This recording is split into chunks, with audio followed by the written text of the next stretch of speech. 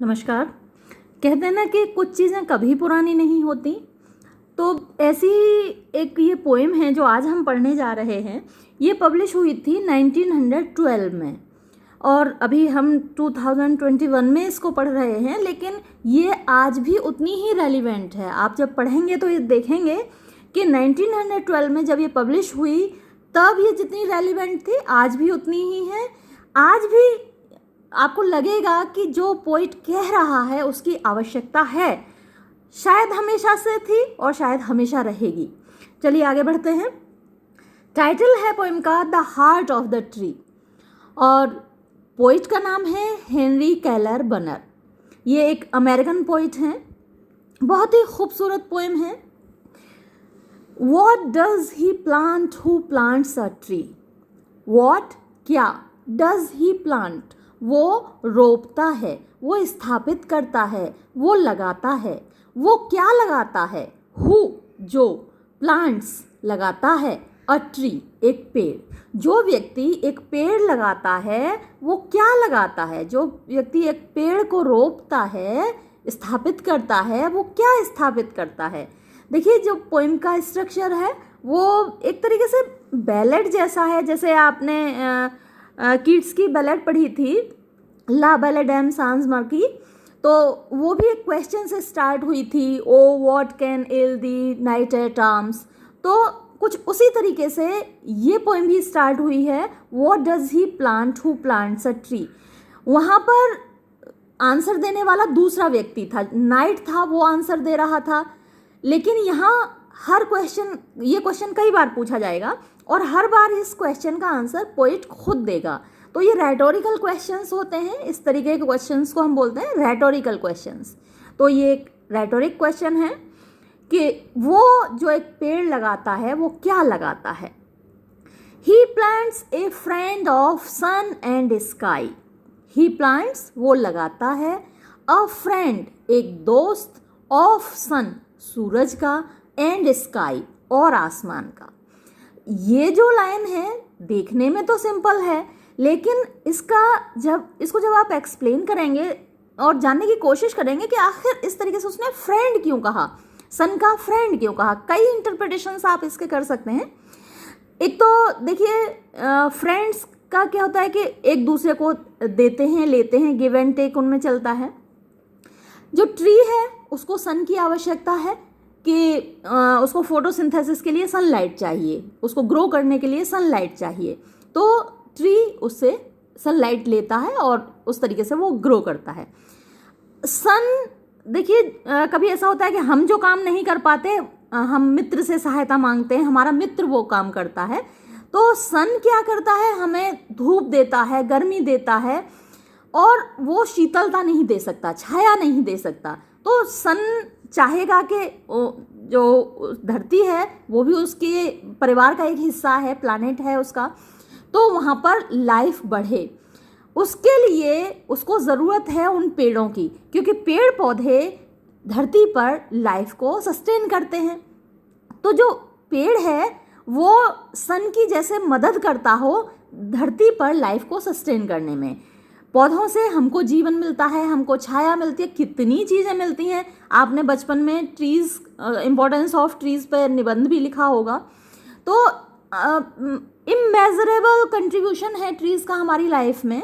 तो जो काम सन नहीं करता वो ट्रीज़ करते हैं हमारी लाइफ में। इसी तरीके से स्काई का फ्रेंड है ट्रीज़। स्काई, आप स्काई को ले सकते हैं एक एनवायरनमेंट के रूप में, कि एनवायरनमेंट में जितनी कार्बन डाइऑक्साइड है उसको एब्जॉर्ब करता है ट्री और एनवायरनमेंट को पॉल्यूशन फ्री बनाता है, जो पॉल्यूशन है उसको कम करता है। तो जो ट्री है वो सन का फ्रेंड है और स्काई का फ्रेंड है। तो जो व्यक्ति पेड़ लगाता है वो सन के लिए दोस्त लगाता है, सूरज के लिए दोस्त लगाता है और आकाश के लिए, आसमान के लिए दोस्त लगाता है। तो यहाँ पर जो फ्रेंड है ट्री को एक तरीके से पर्सोनिफाई किया गया है। जैसे इंसान दोस्ती निभाते हैं वैसे ही ट्रीज दोस्ती निभाते हैं। He plants the flag of breezes free. He plants वो रोपता है, वो लगाता है, द फ्लैग झंडा, ऑफ ब्रीजेस, ब्रीजेस हवाएं, फ्री आज़ाद, आज़ाद हवाओं का झंडा लगाता है। अब इसके भी कई इंटरप्रिटेशन आप कर सकते हैं। देखिए, एक तो जो पेड़ होता है वो उसका एक ट्रंक होता है, और जो झंडा होता है वो भी एक पोल पर टिका होता है, पोल के ऊपर लगा होता है। तो ये एक तो देखने में एक जैसे हो गए। दूसरा, उसने कहा ब्रीजेस फ्री, जो लोग आज़ाद होते हैं उनका अपना एक झंडा होता है। जैसे हम जब तक आज़ाद नहीं थे तो तिरंगा झंडा फहराने की हमको परमिशन नहीं थी। जो झंडा था वो अंग्रेज़ों का झंडा था, फहराया जाता था, लेकिन तिरंगा झंडा हम नहीं फहरा सकते। अब क्योंकि हम आज़ाद हैं तो हम तिरंगा फहराते हैं। तो ब्रीजेस फ्री, उसने बोला आज़ाद हवाओं का झंडा, वो रोपता है आज़ाद हवाओं का झंडा। जैसे पेड़ खड़ा हो और वो ये इस बात की घोषणा कर रहा हो कि हवाएं आज़ाद हैं और मैं उनका फ्लैग हूँ, मैं उनका झंडा हूँ। ये एक मेटाफर है, the flag of breezes free. The shaft of beauty, shaft डंडा है, वो पोल है, ऑफ ब्यूटी खूबसूरती का। टावरिंग हाई, जो टावरिंग एक टावर की तरह, मीनार की तरह, हाई ऊंचाई तक उठा होता है। जो पेड़ है वो खूबसूरती का एक पोल है जो कि ऊपर तक उठा हुआ है। He plants a home, he plants वो रोपता है, यानी जो व्यक्ति पेड़ रोपता है, पेड़ लगाता है, वो लगाता है अ होम, एक घर। To heaven anigh means नियर, पास, तो जो कि स्वर्ग के पास है, वो एक ऐसा घर लगाता है जो कि स्वर्ग के पास है।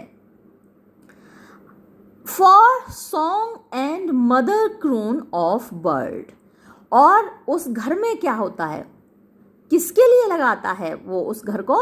फॉर सॉन्ग, गीत के लिए, and mother croon, mother croon आप कह सकते हैं एक ललवाई होती है, ललेबी, यानी कि जो माँ गाती है अपने बच्चे को सुलाने के लिए लोरी, वो मदर क्रून होता है।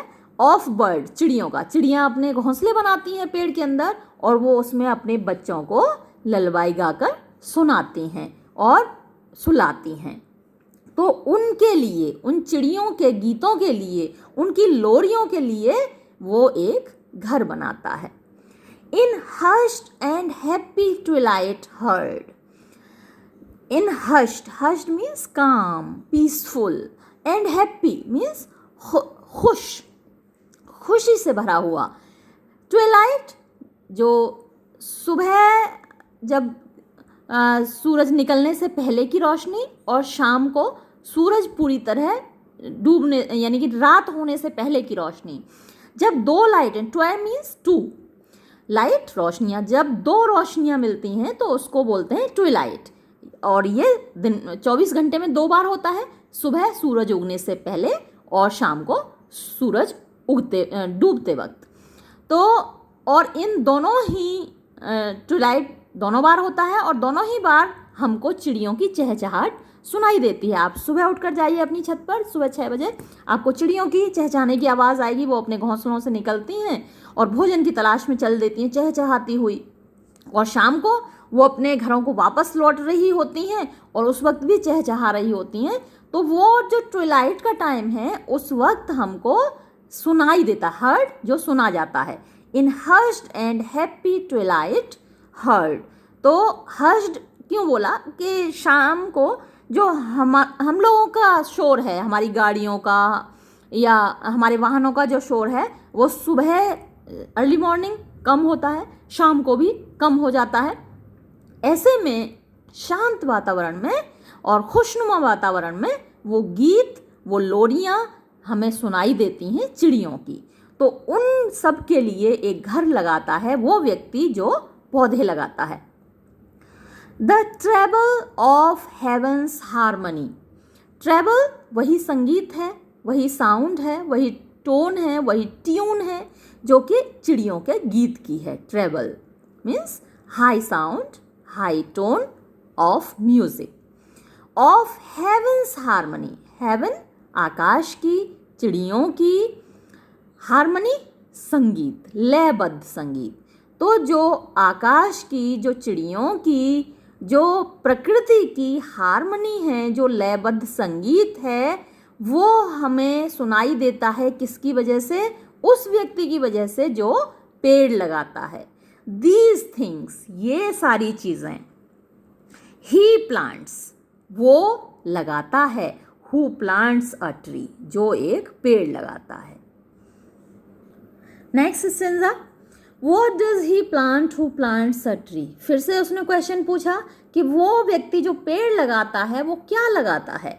ही प्लांट्स, वो लगाता है, वो रोपता है, कूल शेड, ठंडी छाया, एंड टेंडर रेन, और नाजुक बारिश, एंड सीड, और बीज, एंड बड, और कलियां, of days to be. Days to be मतलब फ्यूचर, आने वाले समय के लिए वो बीज रोपता है, वो कलियां रोपता है।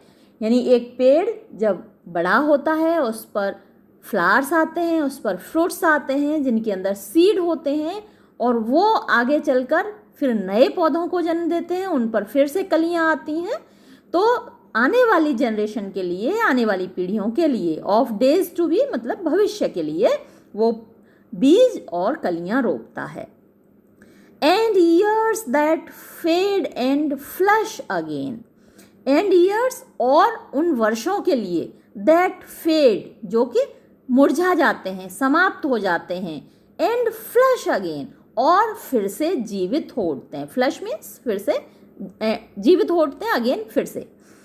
तो उन आने वाले सालों को, एक साल शुरू होता है, धीरे धीरे ख़त्म होता है, उसके बाद उसका अंत हो जाता है और नया साल शुरू होता है।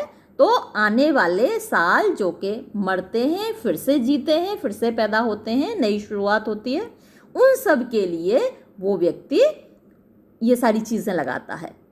ही प्लांट्स, वो रोपता है, द ग्लोरी, ग्लोरी शान, गौरव, ऑफ द प्लेन, मैदानों का। मैदान अगर उनमें पेड़ नहीं होते तो वो कैसा उनका लुक होता, हरे भरे तो दिखते नहीं, वो डेजर्टेड दिखते, बड़ा बंजर से दिखते, वो रेगिस्तान दिखते अगर वहाँ पेड़ नहीं होते। तो इसलिए पेड़ों को क्या कहा है? ग्लोरी ऑफ द प्लेन, मैदानों की शान, मैदानों का गौरव, मैदानों की खूबसूरती। तो वो व्यक्ति मैदानों की शान को रोपता है। He plants the glory of the plain. He plants the forest heritage, वो ही प्लांट्स, वो रोपता है द फॉरेस्ट, जंगलों की, हेरिटेज, विरासत। देखिए, एक पेड़ व्यक्ति ने लगाया, उसमें से फ्लावर्स आए, फ्रूट्स आए, उनमें सीड आए, वो सीड्स जब जमीन में गए तो नए पौधे बने और उनसे नए फ्लावर्स आए, नए सीड्स आए, और वो फिर से वो बिखरे और फिर से नए पौधे बने। तो जो शुरुआत होती है किसी भी फॉरेस्ट की, वो एक पेड़ से ही होती है। अगर उनको सही वातावरण मिल जाए, सही आबो हवा मिल जाए, तो एक पेड़ एक जंगल में विकसित हो सकता है। इसीलिए पोइट ने कहा है, he plants the forest heritage, वो जंगल की विरासत को रोपता है। यानी उसका वो एक पेड़ भविष्य में एक जंगल का रूप ले सकता है। The harvest of a coming age, the harvest, फसल, ऑफ अ कमिंग एज, आने वाले एज की, आने वाले युग की, आने वाली जनरेशन्स की, आने वाली पीढ़ियों की। The joy that unborn eyes shall see, the joy, वो आनंद, वो खुशी, द दैट, जो कि, अनबॉर्न, जो अभी पैदा नहीं हुई, अजन्मी, आइज, आँखें, शैल सी, देखेंगी। यानी भविष्य की जो पीढ़ियां हैं उनकी आँखें जो आनंद लेंगी इन पेड़ों को देखकर, वो बोता है व्यक्ति। दीज थिंग्स ही प्लांट्स, ये चीज़ें वो बोता है। हु प्लांट्स अ ट्री, जो कि एक पौधे को रोपता है। लास्ट स्टेंजा देखते हैं। What does he plant, वो क्या रोपता है? Who plants a tree, जो एक पौधे को रोपता है। फिर से वही क्वेश्चन पोइट ने पूछा और फिर से खुद ही जवाब दे रहा है। He plants, वो रोपता है, in sap, सैप क्या होता है? जो पौधों के अंदर का रस होता है, पत्तियों के अंदर जो रस होता है, फूलों के अंदर, कलियों के अंदर जो रस होता है, उसको बोलते हैं सैप। तो रस में एंड लीफ और पत्तियों में, एंड वुड, वुड लकड़ी को बोलते हैं या जंगल को भी बोलते हैं, लेकिन यहाँ पर इसका तात्पर्य है लकड़ी, और लकड़ी में, इन लव प्रेम में, ऑफ होम घर के, यानी घर क्या है, ये धरती, ये हमारा घर है, पूरी धरती हमारा घर है, तो वो घर के प्यार में, यानी इस धरती के प्यार में, एंड लॉयल्टी और निष्ठा में, यानी यदि हम पेड़ लगाते हैं तो हम धरती के प्रति अपना प्यार दिखा रहे होते हैं, अपनी निष्ठा दिखा रहे होते हैं। ये धरती जो हमारी माँ है उसके प्रति हम अपना प्यार दिखा रहे होते हैं, निष्ठा दिखा रहे होते हैं यदि हम एक पौधा लगाते हैं। एंड फारकास्ट, फारकास्ट मीन्स दूरदर्शी, दूर का, थॉट विचार, of civic good, civic good यानी सिविक गुड का मतलब हुआ दूसरों की भलाई, गुड मीन्स भलाई, सिविक सिटीजन्स की, नागरिकों की, यानी अपने देश के, इस दुनिया के नागरिकों की भलाई, दूसरों के वेलफेयर के लिए, पूरे समाज के कल्याण के लिए। तो जब एक व्यक्ति पौधा लगा रहा होता है तो उसके अंदर थॉट ऑफ सिविक गुड होता है, यानी समाज के कल्याण का विचार होता है। फारकास्ट यानी दूर का, आज पौधा लगा रहा है, वो पौधा कल बड़ा होगा, ऑक्सीजन देगा, फल देगा, तो उसके अंदर समाज कल्याण की भावना होती है, समाज कल्याण का विचार होता है। हिज ब्लेसिंग्स, अपना आशीर्वाद, ऑन द नेबरहुड, पड़ोस में, यानी जब वो पेड़ लगा, क्योंकि जो पेड़ पर ऑक्सीजन देगा पेड़, वो अकेला तो उसको लेगा नहीं, तो जो उसका आशीर्वाद है, जो उसकी वेल विशेस हैं, वो पूरे पड़ोस के लिए हैं, पूरे आसपास के वातावरण के लिए हैं। His blessings on the neighbourhood, तो वो अपना आशीर्वाद देता है, अपनी वेल विशेस देता है अपने अड़ोस पड़ोस को, अपने आसपास के वातावरण को। हु जो कि, इन द हॉलो, हॉलो क्या होता है, यानी ये अपने हाथों के बीच की जो जगह है, तो इसको हॉलो बोलेंगे, खोखला। ऑफ हिज हैंड, अपने हाथ के। अब देखिएगा कि एच को कैपिटल से लिखा गया है, जबकि कैपिटल से जब हम लिखते हैं तो ईश्वर के लिए संबोधित करते हैं तब हम कैपिटल से लिखते हैं। ईश्वर के लिए जब हम ये हिज प्रोनाउन यूज़ करेंगे तो कैपिटल से लिखेंगे, या फिर किसी चीज़ को पर्सोनिफाई किया जाता है तब कैपिटल से लिखा जाता है। तो उस व्यक्ति को एक तरीके से पोइट ने ईश्वर के ही समकक्ष रख दिया है, ईश्वर के बराबर में रख दिया है, क्योंकि ईश्वर जैसे बिना कोई वापस फल चाहे, बिना कोई बदले में प्रतिफल की इच्छा किए बिना ही हमको सब कुछ देता है, तो उसी तरीके से पौधा रोपने वाला व्यक्ति भी, उसमें परोपकार की भावना होती है, दूसरों के कल्याण की भावना होती है, और ऐसा व्यक्ति कहीं ना कहीं ईश्वर के समकक्ष होता है, इसलिए यहाँ कैपिटल लेटर से लिखा गया है हिज को। तो who in the hollow of his hand, जो वो व्यक्ति जो कि इन द हॉलो, खोखले में, अपने हाथ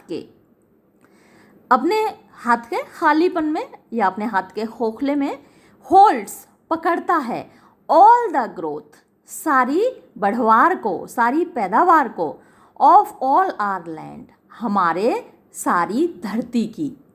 अ नेशंस ग्रोथ, एक राष्ट्र की बढ़वार, फ्रॉम सी टू सी, एक समुद्र से लेकर दूसरे समुद्र तक। अब देखिए कि जैसे ईश्वर ने पूरी धरती को जैसे अपने हाथों के बीच में पकड़ रखा है, अपने हाथों के खोखले के बीच में पकड़ रखा है, ऐसे ही पौधा रोपने वाले व्यक्ति ने होल्ड्स पकड़ रखा है, या वो पकड़ता है ऑल द ग्रोथ, सारी पैदावार, सारी बढ़वार, ऑफ ऑल आर लैंड, हमारी सारी धरती की। तो उसके लगाए हुए जो पौधे हैं उनके बीज कहीं से कहीं तक जा सकते हैं हमारी पूरी धरती पर।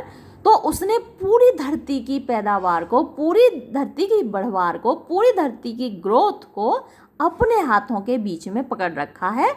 अ नेशंस ग्रोथ, एक देश की बढ़वार, फ्रॉम सी टू सी। अब देखिए एक देश एक समुद्र से दूसरे समुद्र तक फैला हुआ तो है नहीं, तो ऐसा व्यक्ति जो कि पेड़ लगाता है वो पूरे संसार के देशों को अपने नेशन के रूप में देखता है।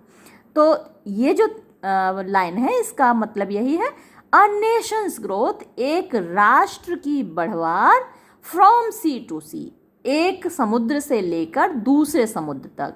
तो एक समुद्र से लेकर दूसरे समुद्र तक तो बहुत सारे नेशंस हैं, बहुत सारे राष्ट्र हैं, कोई एक राष्ट्र तो है नहीं। तो वो व्यक्ति एक तरीके से कॉस्मोपॉलिटन है, उसका जो आउटलुक है, उसका जो दृष्टिकोण है, उसका जो पॉइंट ऑफ व्यू है वो कॉस्मोपॉलिटन है, फ्रॉम सी टू सी, यानी सारा संसार उसके लिए अपना देश के समान है। Stirs in his heart who plants a tree।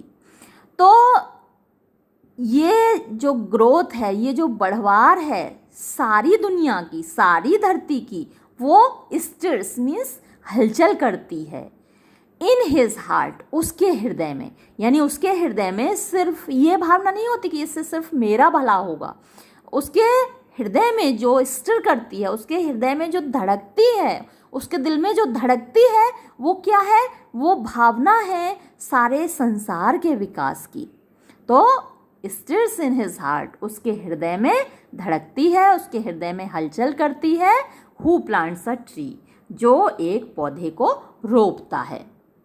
तो इस पोइम की जब आप क्रिटिकल एप्रिसिएशन लिखेंगे, स्टार्ट आप इंट्रोडक्शन से करेंगे और बताएंगे कि ये पोइम पब्लिश हुई 1912 में। पोइट हेनरी केलर बनर है और ये एक अमेरिकन पोइट है। उसके बाद पोइम का स्ट्रक्चर आप बताएंगे। The poem is divided into 3 stanzas, 3 stanzas of equal length. अगर इसकी राइम स्कीम की बात करें तो राइम स्कीम है, देखिए, ट्री और उसके बाद स्काई, फ्री। तो ट्री को हम ए कहेंगे, स्काई को बी कहेंगे और फ्री फिर से ए, क्योंकि ट्री और फ्री ये राइम कर रहे हैं। तो ये हुआ ए बी ए, और हाई, हाई फिर से राइम कर रहा है स्काई के साथ, तो ये फिर से बी हुआ, ए बी। नाय, एनाय, ये हाई के साथ राइम कर रहा है तो फिर से ये बी हुआ। बर्ड, ये अलग राइम है तो इसको हम सी नाम देंगे। हर्ड, ये बर्ड के साथ राइम कर रहा है तो इसको हम फिर से सी कहेंगे। हारमोनी, ये देखिए फ्री के साथ राइम कर रहा है तो इसको हम फिर से ए कहेंगे। और ट्री, ये तो ऊपर आ ही चुका है तो ए। तो इस तरीके से राइम स्कीम हुई, ए बी बी, सी ए। यही रिपीट होती है तीनों स्टेंजाज में। हर स्टेंजा एक रेटोरिकल क्वेश्चन से स्टार्ट होता है, तो आप अलग से लिटरेरी डिवाइसेस का हेडिंग डाल सकते हैं और फिर उसमें लिख सकते हैं कि हर स्टेंजा एक रेटोरिकल क्वेश्चन से स्टार्ट होता है और उस रेटोरिकल क्वेश्चन का आंसर पोइट खुद देता है। और फिगर्स ऑफ स्पीच आप इसमें दिखा सकते हैं, पर्सोनिफिकेशन है, मेटाफर है, और पूरी पोइम मेटाफर से भरी हुई है। हर जगह मेटाफर्स हैं, तो हर स्टेंजा में आप मेटाफर दिखा सकते हैं। जैसे कि ये ग्लोरी ऑफ प्लेन, ये अपने आप में एक मेटाफर है। Harvest, the harvest of a coming age, ये भी एक मेटाफर है। फॉरेस्ट हेरिटेज, ये भी एक मेटाफर है। तो हर स्टेंजा में आपको मेटाफर्स मिलेंगे।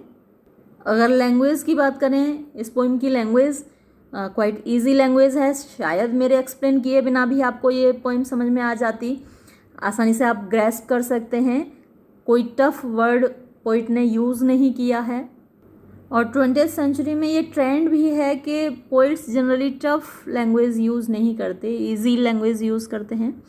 तो उसी ट्रेंड के अकॉर्डिंग पोइट ने यहाँ इजी लैंग्वेज यूज़ की है, इजीली ग्रेस्पेबल है। एक हेडिंग आप क्रिटिकल एप्रिसिएशन लिखते वक्त डाल सकते हैं, the relevance of the poem. जैसा कि मैंने शुरू में भी कहा कि ये पोइम जितनी रेलिवेंट अपने पब्लिकेशन के टाइम थी उतनी ही रेलिवेंट आज भी है।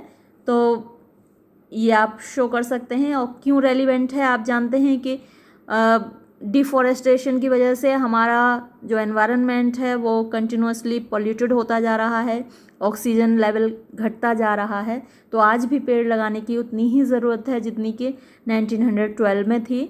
तो ये पोइम आज भी उतनी ही रेलिवेंट है।